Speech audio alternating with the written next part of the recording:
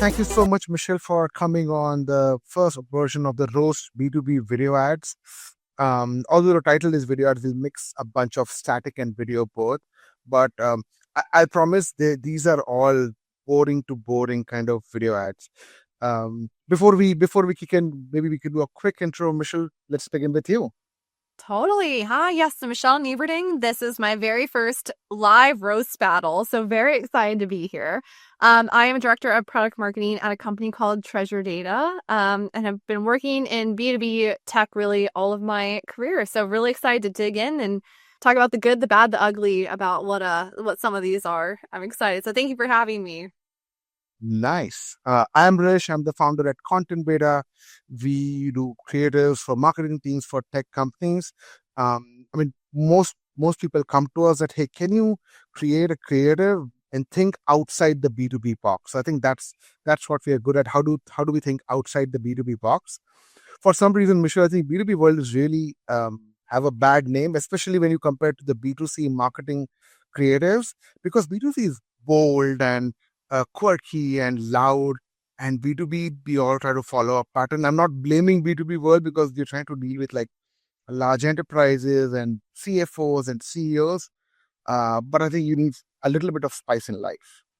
I don't we all? I mean, truly, we can learn a lot from B2C. I'm here for it.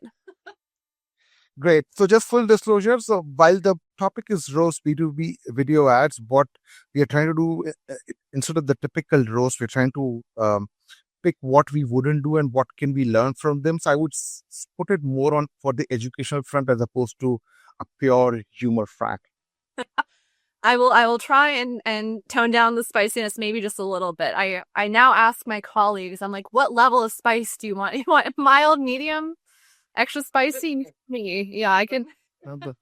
Sounds like Chipotle to me. Now I'm hungry. Great. Perfect. Great. So not a big agenda. First, we talk about why B2B creatives and ads are boring. Why do they sometimes fail to convert? And then we'll roast, let's say, 10 video and static ads. And then we'll put up closing notes about what we learn. Perfect. Great. Michelle, maybe let's start with why do you think B2B creatives are boring today? I mean, what we were just joking about in SF, everything sounds the same. You could put almost any logo on any of the ads. So we were joking about one that, we commented on with Allison Rona posting in SF, where it's the same billboard, same company, like side by side, and both of it talks about AI slightly different. I mean, I don't know. Find me a tech billboard that doesn't say AI right now, or one that like really evokes emotion, or one that you have a light bulb moment. I mean, that just doesn't exist. You could probably interchange any logo on any of these ads right now. We just need to get more, creative and interesting. That's why, we are still needed in the roles that we are. So, in my sense, I think what people try to do, people want to play it safe, right? And then, like I said, we don't blame them. But that's one of the critical component of an ad is to grab attention as opposed to comply with your brand guidelines, right?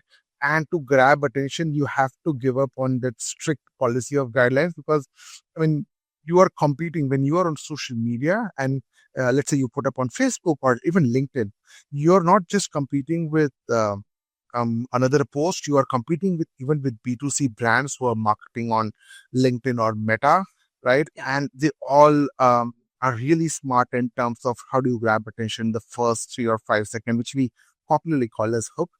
And I think that's one of the number one reason which I feel that, hey, you guys should at least try to grab attention, and you can only grab attention when you have something unusual. If you do something which everybody does, then when you can easily get lost. Yeah.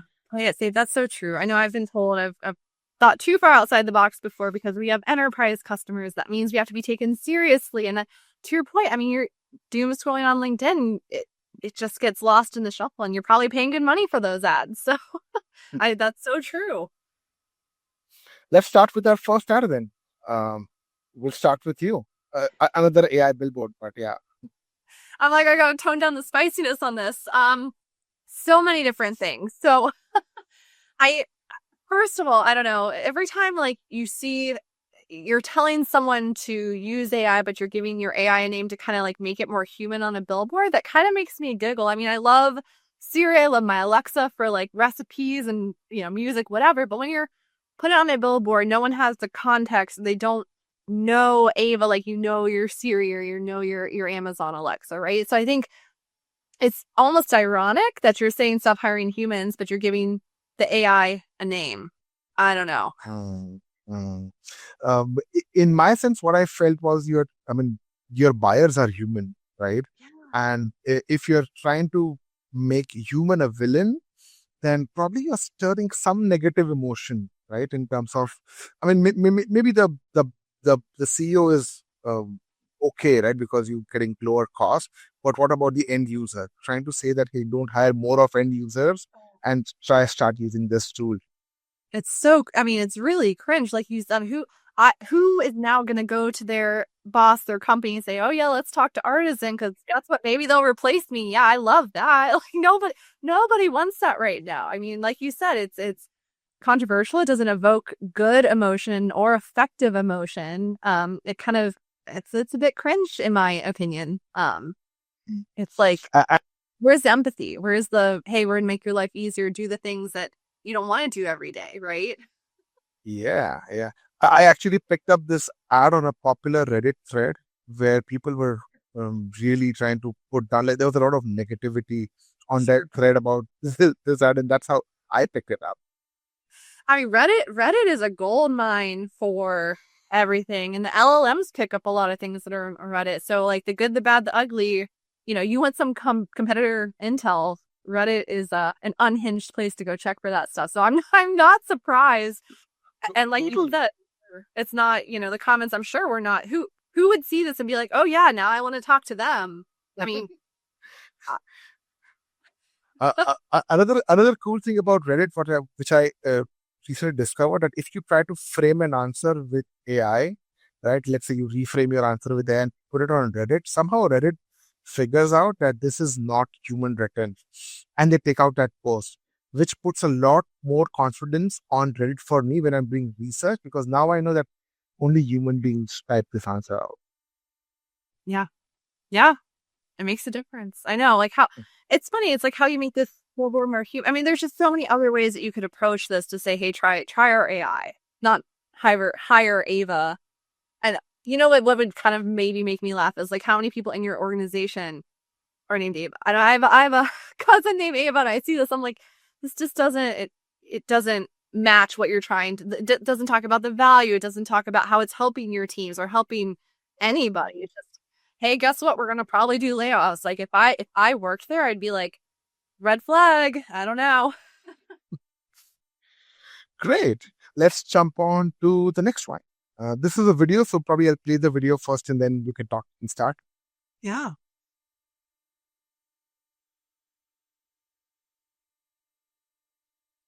Dr. Reginald Sigmund Tilwing III speaking, dream scientist, philosopher, almost best-selling author. Hi, I just read your LinkedIn benchmarks report. That stat about the B2B customer journey being 211 days. Brilliant. 211 days? Well, that's unusually long for a sleep cycle. Was this lucid dreaming? No, the LinkedIn ads report, first touch to close one. Amazing. I don't know what this first touch to closed one is, but it sounds deeply inappropriate. Good day.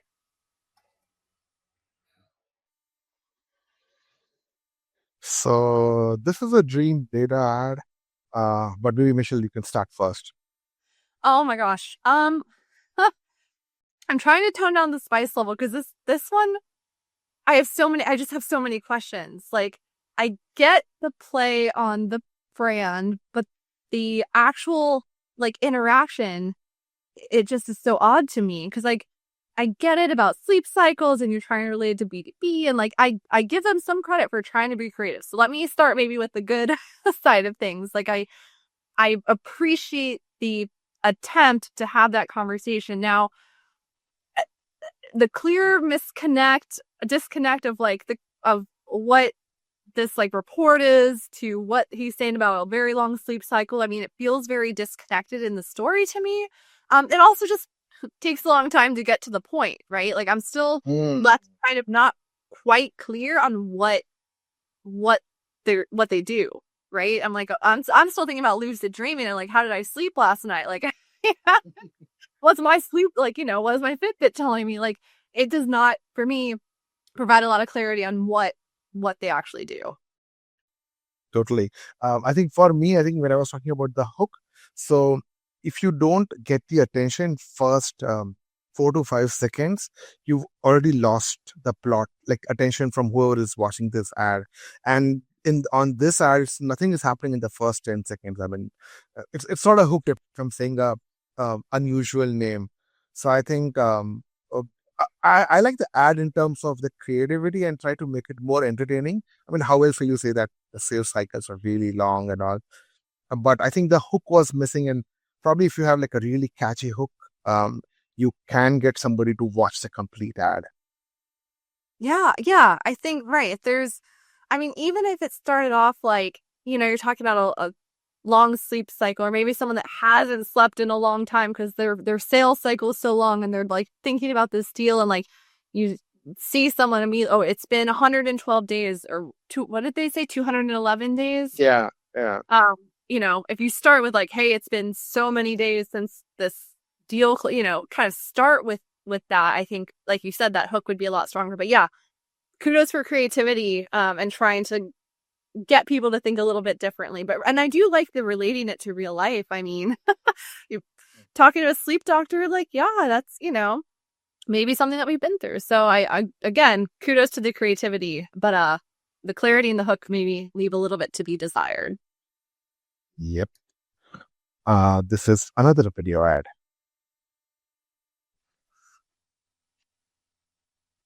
Octopus has helped shape the marketer I am today.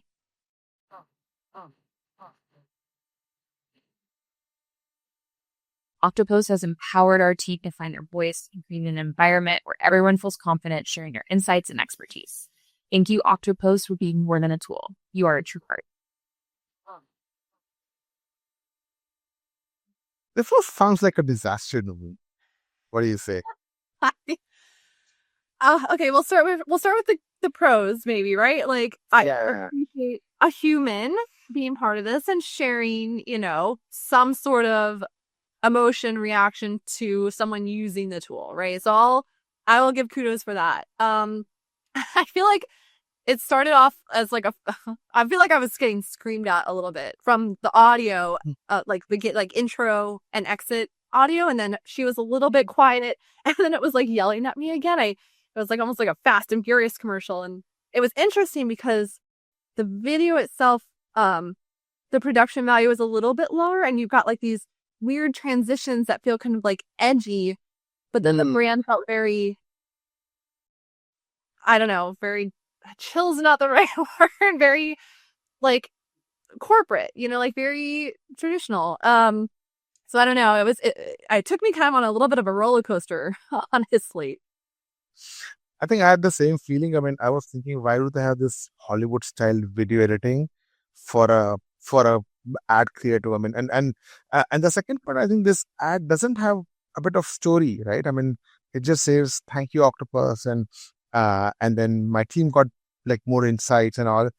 I mean, when we do customer videos, like for customers, for ourselves, normally we talk about like tell me a story, right? And a story always has a villain. I mean, I'll ask people that, hey, what did you try before this, right? And they will say, I've had X. What was wrong with X? And then take them through how your product really changed their life. Because just telling them this product is great, sometimes, I mean, nothing is wrong with that, but it doesn't pique interest. I mean, like we were saying, put any other logo on there. Oh, they're a true partner. Yeah, I mean, I hope so. They're not, fire them. I mean, every company you work with should be a good partner. If not, it's not a good relationship for anyone. So, yeah, I think, like you said, the story side of it could have been a lot more interesting and like get personal. If you're going to have a human talking, sharing about an experience with a company, give that story, give a 2-second win on, something that has helped your team do and successes you've had, which we're all craving to hear anyway. We want to know from our peers what's working. So yeah, I think there was goodness there. They could have built on it for sure. Totally. Let's go to the next one. Okay, for this one, what I've done is I've hidden the company name. We've just taken the part of the ad creative, so you won't see the text before and after the ad, like the CT and all. But I'll just play the button. But the agents shouldn't just be able to work for you. They need to be able to work as you. They need to use your context. They need to send emails from your account, send a WhatsApp message to your groups, and so on, right? So this was actually the ad. I haven't clipped the video, but this was the ad creative. What do you have to say? Oh no. The agent to respond as me. Okay, there's no context. I don't like it saying responding as me, gives me kind of the heebie-jeebies. It makes me think of the what is the movie where AI takes over, Terminator vibes, if it's trying to take over me. Yesterday I was trying to explain to my mom, for example, what I do with AI, and she's literally texting me back. My mom is a saint. She goes, primal motivations. I'm like, what do you mean, Mom? She's like, AI shouldn't do emotion or, empathy, these kind of primal motivations that we have as humans. So if you're telling me AI should be acting as me, I'm like, what? Hold on. Again, back to, I don't want to be replaced by AI. I control the AI. And so what are you talking about here? If that's just a clip.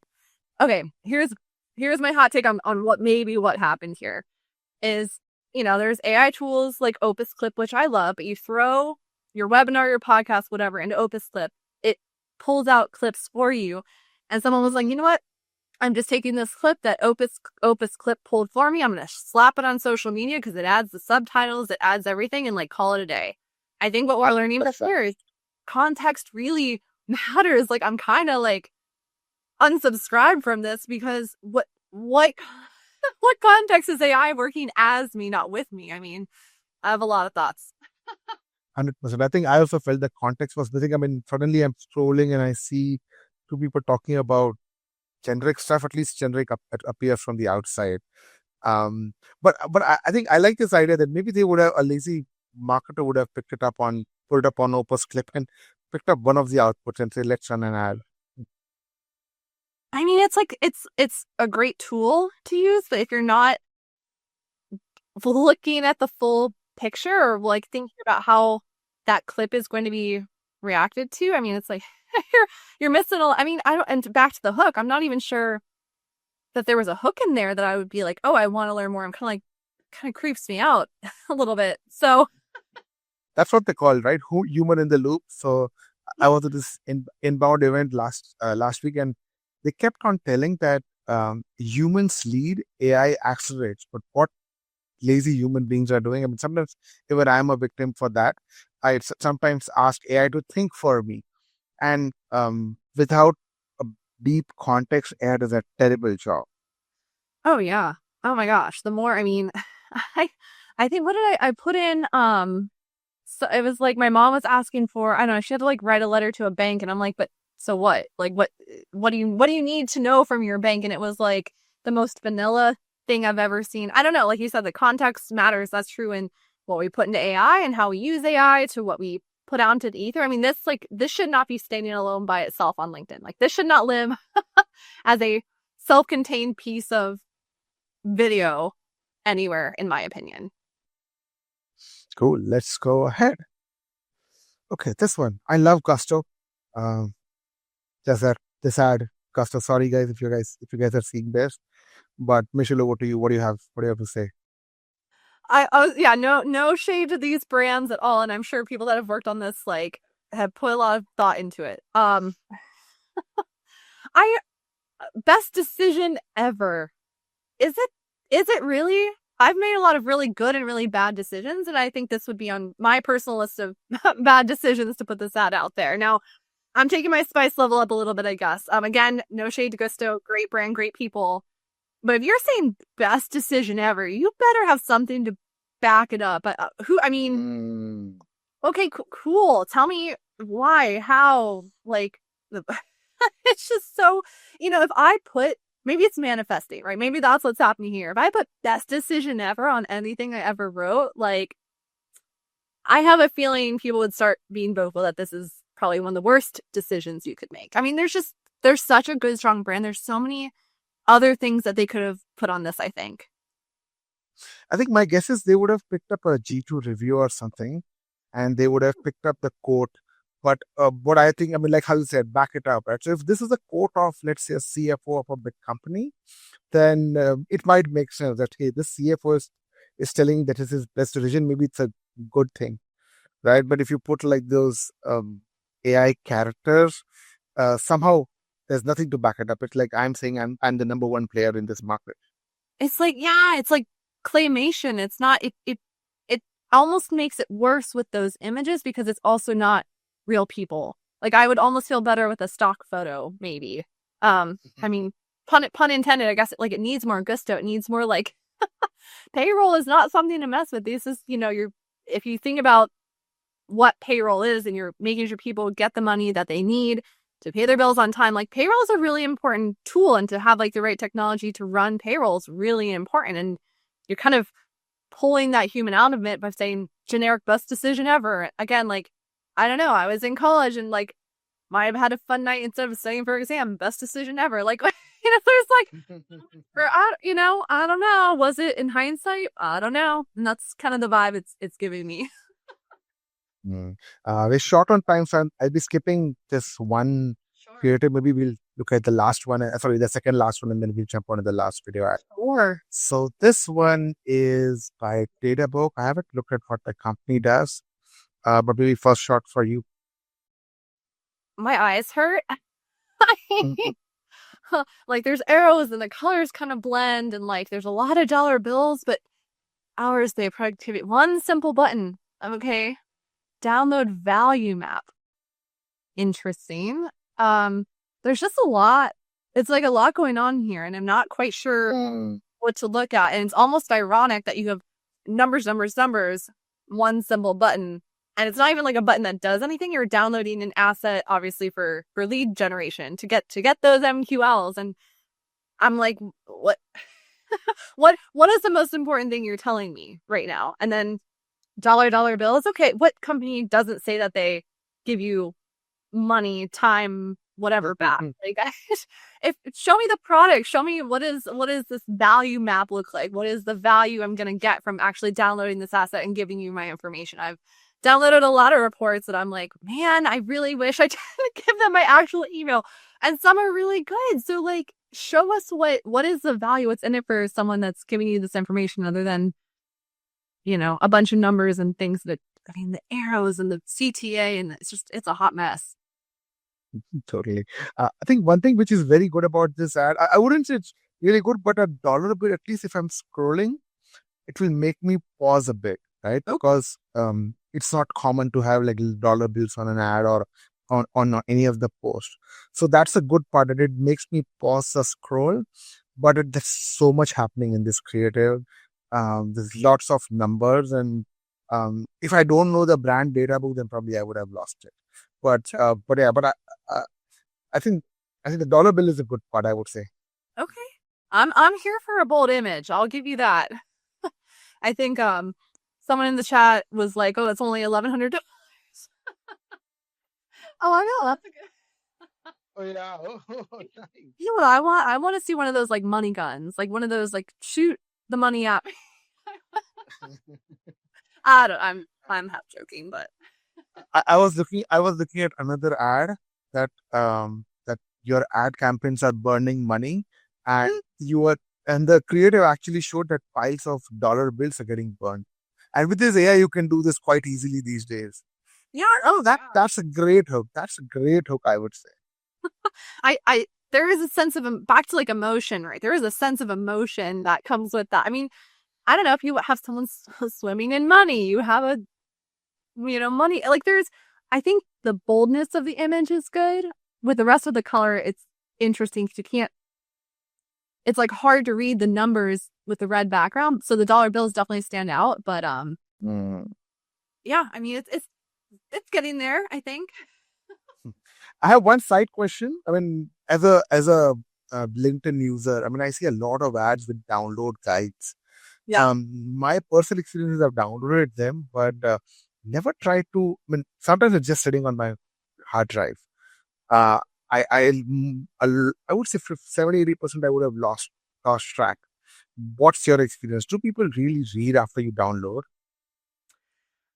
No. I mean, okay, I feel like it can't hurt to try. Like, if you really do have a valuable resource, like, but again, I would show it. I would use like a carousel or some sort of video to like show what the resource is, because again, sometimes people make really good resources that, hey, I would want to read. 90% of the time I'm downloading it, and like you said, it just sits there, or I skim through it. I'm like, this is not what I expected. This is not helpful for me. It's a little bit of both. Like, obviously I get the strategy behind it, but like, if it's good, show it. I think some of the better, and I don't know if I necessarily call them ads, but like visuals you see on LinkedIn will give you like a teaser of what that is, right? I've seen carousels of 3 to 5 images that kind of gives me the first maybe couple pages of that guide or whatever that material is. And if that makes sense, then yeah, then I want to download the full report. So I think a teaser might help in that situation. But I think it's like one or the other. I don't know. There's, again, pros and cons to both ways of doing it. I think I like what you're saying. So we probably show like a couple of pages, and then if you want to read the complete thing, then download that way. I think that person is more qualified, right? Because now that person is downloading because he felt the first few pages or slides valuable. Right. Yeah. Show don't tell, right? It's kind of the general gist here. Like, show what it is. And if it makes sense, if it applies to me, heck yeah. Now you have a better, if I give you my information, a better lead, a more informed lead anyway. Your sales team isn't like, oh, all the leads are trash, which, you know, we've all been there before too. So. Nice. I'll jump on to the last one. And this one, I think it's a question for you, Michele. I didn't share this beforehand. But I'll play both these ads, and you tell me which one is created using AI. All right? Oh God. Okay. Even if you're a gun at selling, let's be real. Research and building lists can chew up your whole day. That's why I'm all in on Lucia. It's this prospecting AI tool. Think Spotify, but for sales. I just punch in how many leads I want. 25, 50, 100, you name it. Set how often, weekly, monthly, hit. Now I'll play the second one. BDRs, if you want to become account executives, you need Lucia's competitive edge. Its AI takes care of the entire prospecting process, quickly sending you qualified leads based on your ICP. They call it sales streaming. Get it for 35% off through August 31st, or try it now for free so you can. So what do you think? Which one is AI? Ooh. Well, first, I'm jealous of the accents. I wish I'm jealous, honestly. I'm going to feel bad if these are real people, because my gut tells me they're both AI. But if one of them's real, really bad. I'm going to feel really bad. You know, wise man once said, always believe in your gut. Now's the time. Oh, thank God. Thank God. Okay, the second one, the facial structure, the way the movement was kind of off, I thought, and it almost like, I'm like, either her skincare routine is absolutely incredible or it's AI. Just like the way that the face, like the first one, felt a little more obvious to me. I think both with the voice, there were some like natural pauses, and the eye movement wasn't quite right. I think it is getting better, though, I have to say. I mean, I remember the days where like the faces were totally wonky and the hands were all like merging into each other. So I think it's getting better. And from an ad perspective, like, I didn't totally mind the actual ads themselves. So yeah, same here. And I really like how they've tried to humanize it, because I mean, this normally happens on TikTok when you see reels, but on LinkedIn you don't see a lot of talking faces for like ads, right? And this is like a good break, and I honestly like this ad, and I love they're using AI to do it like real fast. You don't have to wait for really long for a creator. But I think great guess you picked up that Posa is using it. God. Where I need those detectors that we had a turnitin.com back in my day, right? When you had to see if something was plagiarized, and now there's tools for like, is it AI? I think another series is like, you have the is it cake, right? You have is it cake, or real? Is it AI? Like, it's a whole thing. So, whew, I'm glad I did not offend any real humans in that feedback. Pretty good. So now we jump onto the closing notes. What are your final thoughts? What do you think are what are the elements? What something makes good video ad for B2B audience? Yeah. Maybe two quick things. So one, and you probably know this, you can search LinkedIn ads to see what's top performing. So you can look at your industry, you can look at your competitors and see the whole portfolio of ads that are running and how they're performing, which I think is really cool because you can get ideas on what's working, what's not working. So I think that's an interesting way. But like stuff like this, Reddit is just a gold mine for what maybe not to do or what to do. General best practices, I know we're running out of time here. I think the creativity, keep the hook, make sure you have context, tell a story when you can to get that emotion, that like empathy, that like realness of what you can offer. And be creative, stand out. Like AI is here to help us, not replace us. I'm really, really enthusiastic about what it can do. Something like this is a really good example. But use it to your advantage, but make sure that, like you said, human in the loop, that you're still having full control over what that end product is and what you're putting out there. Because if you just, let AI take the wheel, it typically does not end very well for anybody. So Good points. I'll summarize for me. So Yeah. always use a great hook. Get somebody to watch your ad. Don't like just pop into like just another ad. And have a clear CTA in your ad. I think without that, even if people end up watching it, they won't take any action. Yeah. So I think those things. But Michelle, really had fun having this conversation. I know we've exceeded our time for a bit, but I'm hoping everybody who's watching this LinkedIn Live really enjoyed it too. Well, thanks for having me. I had fun. This was like therapy for me today. So thank you for having me on.